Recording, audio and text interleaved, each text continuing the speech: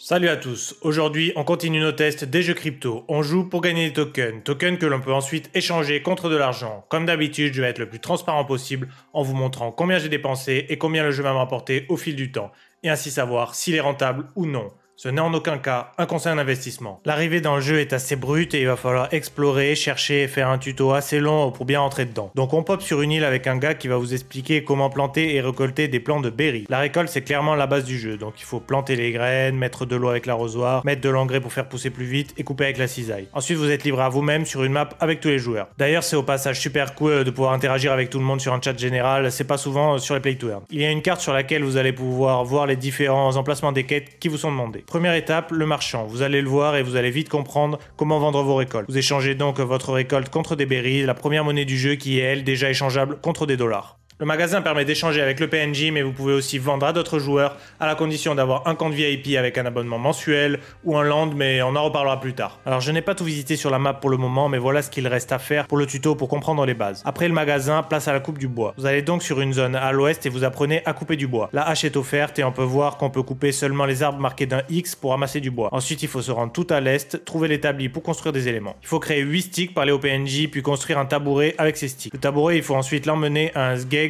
au nord-ouest de la ville. J'ai galéré à le trouver. Heureusement qu'on peut parler sur le chat. Dernière chose à faire, c'est apprendre à cuisiner. Un peu au nord, on retrouve Karen, elle veut une tarte. On met donc un peu de bois dans la gazinière et on rassemble les ingrédients pour faire sa tarte. On lui donne et tuto terminé. La plupart des gens conseillent d'atteindre les 500 berries dans un premier temps et d'acheter une poule ou une perceuse pour commencer à farmer. Puisque vous n'avez pas d'île, sachez qu'il est possible de se rendre dans n'importe quelle des 5000 îles disponibles sur le jeu pour aller farmer dessus en fonction des éléments dont vous avez besoin. C'est gratuit, mais 1% de votre rendement ira au possesseur de l'île et c'est là qu'on peut faire un truc stylé tous ensemble, mais on en reparle après. Donc là, le plan pour commencer, c'est de farmer des berries à gogo jusqu'à monter niveau son artisanat pour pouvoir planter des meilleures plantes. Vous pouvez voir vos différents niveaux sur ce menu, c'est là le cœur du jeu et le farm peut commencer. Évidemment, plus vous plantez des éléments obtenus sur un haut niveau, plus ça rapporte. Donc il va falloir Theory Craft pour trouver le meilleur rapport temps-prix, mais aussi le rendement le plus adapté à votre journée. Si vous ne pouvez être disponible qu'une heure par jour, il convient de planter des éléments ramassés qu'une fois toutes les 24 heures par exemple. Élément important à prendre en compte également, pour chaque action que vous faites, vous perdez de l'énergie. Vous commencez avec 1000 énergie, mais sachez que chaque jour, vous n'allez gagner que 500 énergie. Ça peut être beaucoup pour ceux qui ne jouent pas beaucoup, ou très peu pour les tryharders. Il y a tout un schéma avec le nombre d'énergie dépensée par action et le nombre d'énergie que vous pouvez gagner en mangeant. Même chose, il faudra Theorycraft tout ça. Mais en gros, avec une énergie drink, vous gagnez 50 par exemple, et vous pouvez aller aussi 1 heure par jour, il me semble, au sauna et à la piscine pour recharger votre énergie. Sachez que pour l'instant, je n'ai pas tout exploré, comme je l'ai dit, et donc libre à vous de découvrir toutes les mécaniques pour me mettre ce que vous avez trouvé en commentaire. Ensemble, on est toujours plus fort. Avant de se lancer dans le vif du sujet, il est important d'expliquer comment fonctionnent les landes. En tout et pour tout, il y a et il y aura seulement 5000 landes. Chaque ingrédient du jeu vient forcément de ces 5000 landes. Vous avez donc compris, l'intérêt d'en faire si peu est double. Leur donner une valeur pécuniaire, mais aussi limiter la production de ressources pour éviter que l'économie du jeu s'écroule rapidement. Il y a 2 types de landes, les petits et les grands, et 3 biomes. Les petits auront moins d'espace pour la décoration, mais aussi moins de parcelles de culture et d'arbres, alors que les grands en auront plus et probablement également plus de ce qu'on va appeler les usines. Les usines sont les ressources qui se produisent toutes seules sur l'île.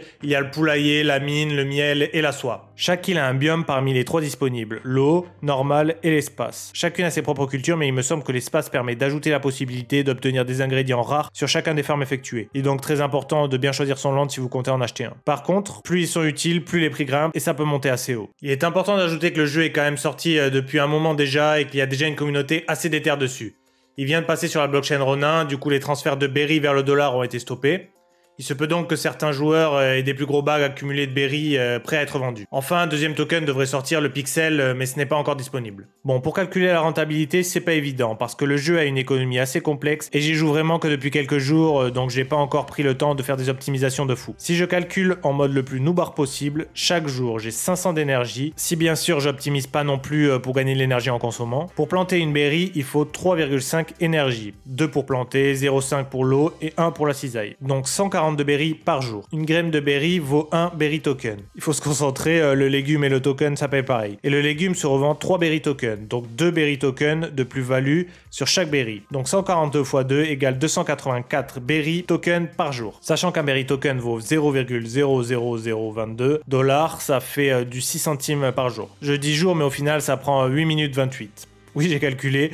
Donc chaque jour en 8 minutes 28, avec la pire stratégie possible, je fais minimum 6 centimes par jour. Le problème que j'ai maintenant, c'est que je n'ai pas été assez loin encore pour tester la vente de produits plus gros, donc je vais devoir calculer ça avec les informations que j'ai trouvées sur différents sites. Je vais calculer pour 2 autres légumes pour savoir logiquement ce qu'on est censé gagner chaque jour. Au niveau 11 par exemple, il y a le Watermint. Ce légume est ramassable toutes les 4 heures et il nécessite 8 énergies. Sachant que tu peux mettre sur plusieurs landes, on va calculer techniquement, tu peux largement dépenser toute ton énergie. Donc 500 énergies divisé par 8, on peut en produire 62 par jour. Chaque seed coûte 12 et se revend 24, donc 12 de plus-value par légume à multiplier par 62, soit 744 berries par jour, soit 16 centimes par jour. C'est un peu mieux. Je refais le calcul pour les Astracactus disponibles au niveau 21 en vous épargnant les détails. Ça fait du 16 centimes également. Ça fait du beau 4,5 $ par mois. To the moon. Après, encore une fois, c'est vraiment en farmant comme un noobard. Je pense qu'il y a plein d'autres moyens de faire, notamment avec les events, la gestion de l'énergie, la revente entre joueurs, etc. Et pour répondre à la question, oui, le jeu est rentable en mode free-to-play. J'ai vraiment ici effleuré la surface, j'ai pas checké le crafting, le marché de la décoration, les gâteaux, les minéraux, les animaux, etc. Je pense que ça demanderait une deuxième vidéo et surtout beaucoup plus de temps de test. Pour ceux qui achètent un land en revanche, c'est une autre affaire. Le land le moins cher coûte 258 $, donc ça fait pas mal de berries à planter. Par contre, tu touches 1% de toutes les productions réalisées sur ta map, donc je pense que si tu gères bien la com de ta map, tu peux bien farmer tous les jours sans faire grand chose. Et si ta map a des assets rares, là c'est free win puisque tout le monde vient naturellement sur ta map. Pour revenir vite fait sur le mode VIP, en gros t'as quelques avantages si tu payes 5 $ par mois, comme notamment le fait de pouvoir échanger avec les autres joueurs. Donc après, à vous de calculer est-ce que c'est rentable par rapport à vendre au PNJ ou est-ce qu'il est préférable de vendre aux autres joueurs, ça il faut calculer. Si ça intéresse des gens parmi vous et qu'on arrive à faire un petit groupe, on pourrait s'échanger nos idées pour être le plus optimisé possible. Je sais qu'il y a des bons theory crafters parmi vous, ça peut être cool de faire ça ensemble. Et si jamais on s'en sort bien, je pourrais prendre une land et redistribuer ce que je gagne sur le 1% dans des giveaways ou des cash prize de tournois gaming par exemple. Un vrai travail communautaire, ça pourrait être cool. Je suis partagé sur le jeu. D'un côté, le jeu a l'air prometteur, il y a du earn, il y a une grosse commu dans le monde entier. Il y a souvent des events, l'économie a l'air bien pensée, il y a un deuxième token qui va sortir. Mais d'un autre côté, on arrive assez tard. Alors est-ce que le jeu en vaut la chandelle? Dites-moi ce que vous en pensez dans les commentaires. Et si ça vous chauffe de faire une sorte de guilde ensemble. Je vous ferai un deuxième retour si jamais j'arrive à creuser davantage sur les différents moyens de gagner du token. Si la vidéo vous a plu, n'hésitez pas à lâcher un petit like et on se retrouve bientôt pour une prochaine vidéo.